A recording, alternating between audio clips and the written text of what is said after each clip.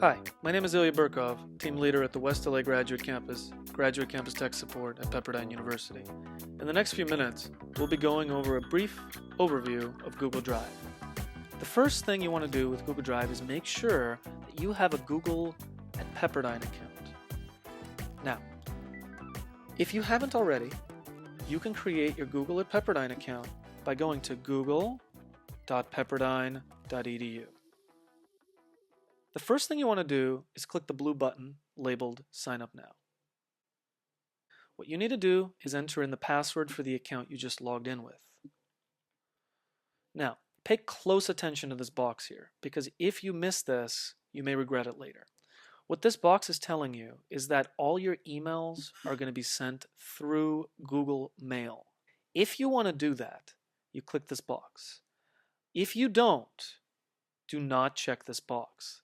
There are pros and cons to doing this, which we would recommend you to speak to the help desk or to Graduate Campus Tech Support if you have any questions. Once you're ready, click Create Google Apps at Pepperdine. Okay, so once you've created your Google at Pepperdine account, which may have a short delay, 2, 3, 5 minutes, don't panic, you will be able to go back to google.pepperdine.edu and go to Google Drive. And this is the only tool we're going to be covering in this tutorial.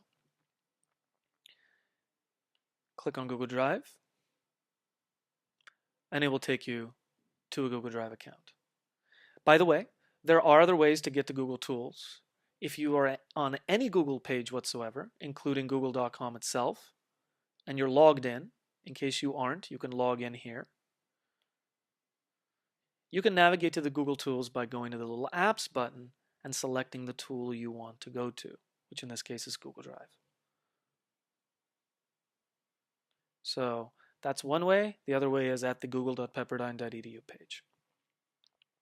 Anyways, once you navigate to Google Drive, you will see a familiar interface, or maybe not so familiar.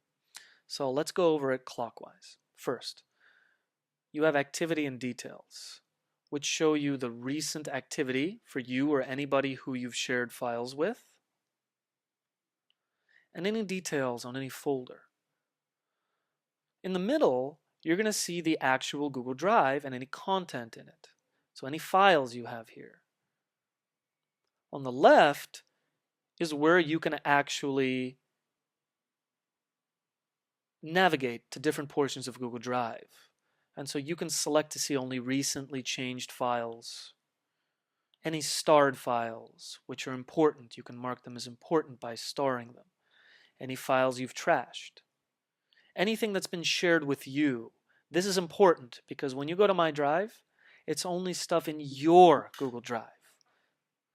But if you go to Shared with Me, this is stuff people have shared with you. You don't actually own these files. However, these files are shared with you, and so you have access to them. There's a red New button, which allows you to create new kinds of files or folders, or add your own files from your computer, called File Upload. Finally, there's a search box on top, and this search box will allow you to search for pretty much anything. And if you click on the little arrow down here, you can search for specific things, such as specific spreadsheets, and only spreadsheets, or only PDFs, or things owned by you, or anyone, or not owned by you. Now, what I'd like to do is go to Google Drive Training. This is a folder I created for this training. You'll see on the details here, it's not shared. It's a folder. I own it, and information on when it was created, opened, and modified. And you can add a description here if you want.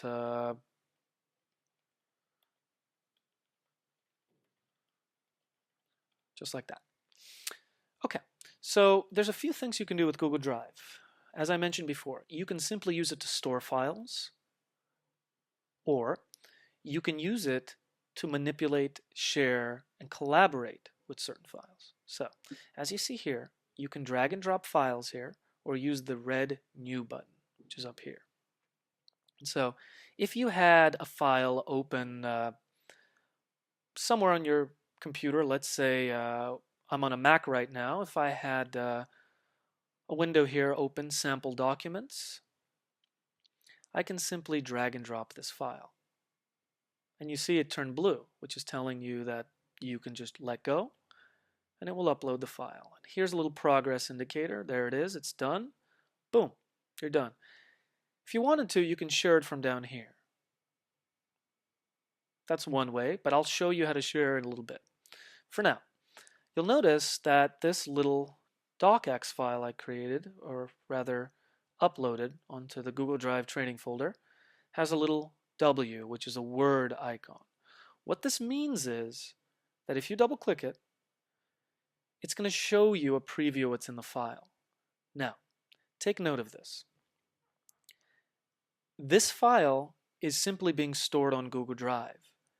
It's going to keep it in the same format as which format you uploaded, Word.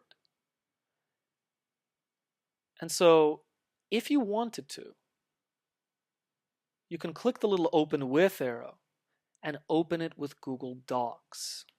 Why would you want to do this? This is how you can make that Word file into the Google equivalent format. Now,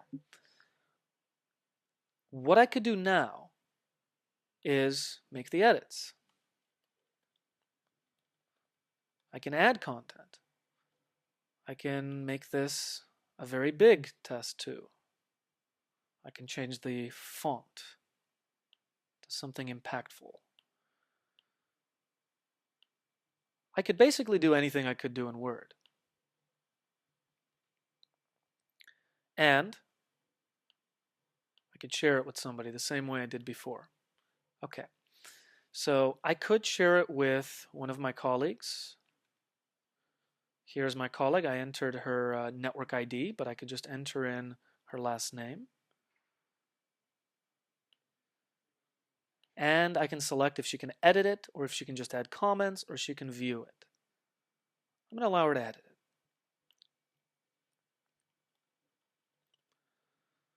And I can send it. Now, go back to share. You can also click Shareable Link. And what this would do is it would allow you to share with pretty much anybody at Pepperdine, and they can view it. Or you can make it so that they can edit it. Or you can make it so that only you people you share with can access it. And there are other settings that are more, as you just saw. You can share it with anybody on the internet with no sign-in, meaning it's completely public, or anyone with the link, which means they'll need the link to search and find your file, or anyone at Pepperdine with the link, or only the people you share with. Please keep in mind how sensitive your data is, or files, when you share your files.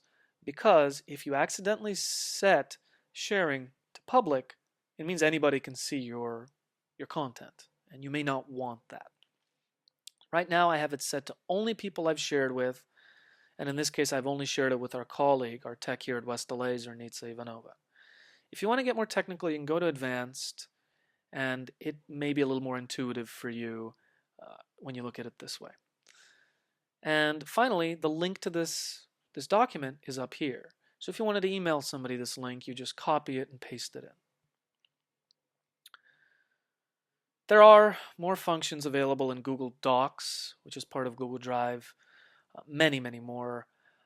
You could trash it. You could go back in time to different versions of the file. There was the original, and here's the edits I made. You could download it back into a doc file. You could email all the people that you've added onto it. So I could email Zernitsa about the edits I've made if I wanted to. I could print this file. I can do a lot that Microsoft Office, particularly Word, allows me to do. But that's basically it with Google Docs. Now, there are other aspects to Google Drive, which I'll show you in a little bit without going into too much detail. And by the way, the same functions I was showing you inside of the file itself are available here before we opened it in Google Docs. Print, share, download, etc., etc. Now you'll notice that that Word file that I opened, when I opened it in Google Docs, has a Google Docs version. And so at this point, I just have basically a file saved, a Word file saved on my Google Drive, and I have a Google Docs version of it as well. So that's why you see two here. Okay, so there are other ways to upload files. You could go to New, File Upload,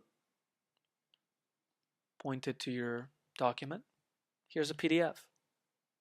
Here you go. I'm uploading a PDF right now. There it is. It's done. And there's the PDF. Fantastic. Double click that. You'll see a preview. Unfortunately, Google Docs does not support PDFs, so you can only put PDFs for storage. So those are the two ways you can upload on Google Drive. You can also create new files fresh. So let's say we wanted to make a new file. So let me do that again. I went to New, Google Docs, and it created a blank document. Google Docs Test 2, there I set its name, and it's the same thing I did before. I didn't need to upload a file. I can go straight off into it. You can also create other Google Docs type files, like Google Sheets, which is a spreadsheet similar to Excel. I won't go into too much detail here, but it's very similar to Excel. You also have Google Slides, which, yep, you guessed it, is like PowerPoint, with themes and all, with a presenter view if you wanted to.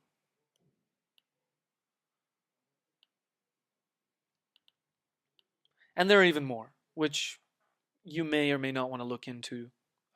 Google Drawings and Google Forms, and yet even more apps if you wanted to add them to Google Drive, but that's beyond the scope of our tutorial here. So that basically covers Google Drive. One more part we want to go over, I think. We want to go over searching. So I'm going to go back to my drive, and I'm going to search for test. You'll see lots of tests. Let's be a little more specific. Google Drive test. Those are the two files that I made previously, made or uploaded actually.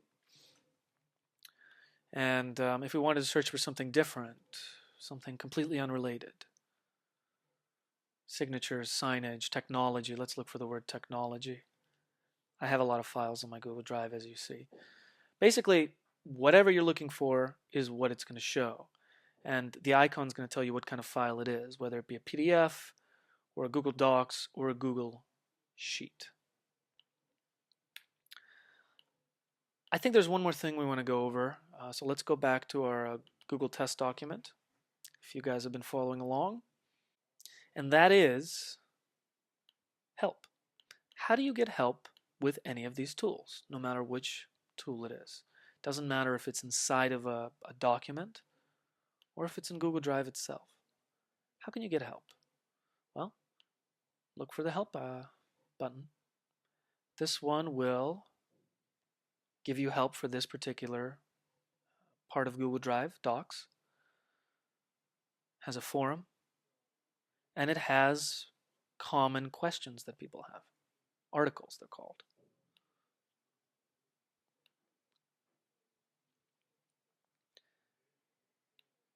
And there's more help under settings, of course.